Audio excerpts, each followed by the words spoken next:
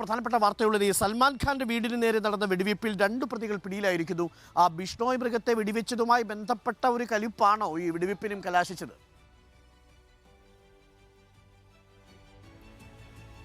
അരുൺ, 2 പേരെ ഗുജറാത്തിലെ ഭൂജിൽ നിന്നാണ് ഇപ്പോൾ ക്രൈംബ്രാഞ്ച് അറസ്റ്റ് ചെയ്തിരിക്കുന്നത്. വിക്കി ഗുപ്ത അതോടൊപ്പം സാഗർ പാൽ എന്നീ 2 പേരാണ് ഇപ്പോൾ അറസ്റ്റിലായിരിക്കുന്നത്. ഈ കഴിഞ്ഞ ഞായറാഴ്ച പുലർച്ചെയായിരുന്നു സൽമാൻ ഖാന്റെ വീടിന് നേരെ വെടിവെപ്പ് ഉണ്ടായത്. 4 റൗണ്ട് വെടിവെച്ച ശേഷം ഇവർ മഹാരാഷ്ട്ര വിട്ട് പുറത്തേക്ക് പോവുകയാണ് ചെയ്തത്. ഏതാണെങ്കിലും വലിയ അഭ്യൂഹങ്ങൾ ഈ സംഭവവുമായി ബന്ധപ്പെട്ട് ഉണ്ടായിരുന്നു. പ്രത്യേകിച്ച് സൽമാൻ ഖാനെ പോലെ ഇത്തരത്തിൽ പ്രധാനപ്പെട്ട ഒരു താരത്തിൻ്റെ വസതിക്ക് നേരെ തന്നെ വെടിവെപ്പ് ഉണ്ടാവുക. മുമ്പും സമാനമായി തന്നെ പല ബോളിവുഡ് താരങ്ങളുടെ വസതിക്ക് മുന്നിലും ഇത്തരത്തിൽ വെടിവെപ്പുകൾ മുംബൈയിൽ ഉണ്ടായ ചരിത്രം ഉണ്ടെന്ന് എന്ന് നമ്മൾ എടുത്തു പറയണം. എന്താണെങ്കിലും ഈ സംഭവവുമായി ബന്ധപ്പെട്ടുകൊണ്ട് കൂടുതൽ ആളുകൾക്ക് ഒരു ഗൂഢാലോചന ഇതിന് പിന്നിൽ ഉണ്ടായിട്ടുണ്ട് എന്ന വിലയിരുത്തൽ തന്നെയാണ് മുംബൈ പോലീസിന് ഉള്ളത്. പല ഘട്ടങ്ങളിൽ സൽമാൻ ഖാൻ ഉൾപ്പെടെ ഇത്തരത്തിൽ ഭീഷണി സന്ദേശങ്ങൾ, ഫോൺ സന്ദേശങ്ങൾ എത്തുന്ന സാഹചര്യം ഉണ്ടായിരുന്നു. ഇതിൻ്റെയൊക്കെ പശ്ചാത്തലത്തിൽ കൃത്യമായ അന്വേഷണം ഈ വിഷയത്തിൽ ഉണ്ടാകും എന്നാണ് മനസ്സിലാകുന്നത്. എന്താണെങ്കിലും ഗുജറാത്തിൽ ഉള്ള പ്രതികളെ ഉടൻ തന്നെ മുംബൈയിലേക്ക് എത്തിച്ചുകൊണ്ട് ചോദ്യം ചെയ്യൽ പൂർത്തിയാക്കി ഇതിൻ്റെ യഥാർത്ഥ കുറ്റവാളി അതോടൊപ്പം തന്നെ ഗൂഢാലോചന അടക്കമുള്ള കാര്യങ്ങൾ തെളിയിക്കാനുള്ള ശ്രമത്തിലാണ് മുംബൈ ക്രൈംബ്രാഞ്ച് എന്നാണ് നമുക്ക് ഇപ്പോൾ വിവരങ്ങൾ ഉള്ളത്. ഇന്നലെ രാത്രിയാണ്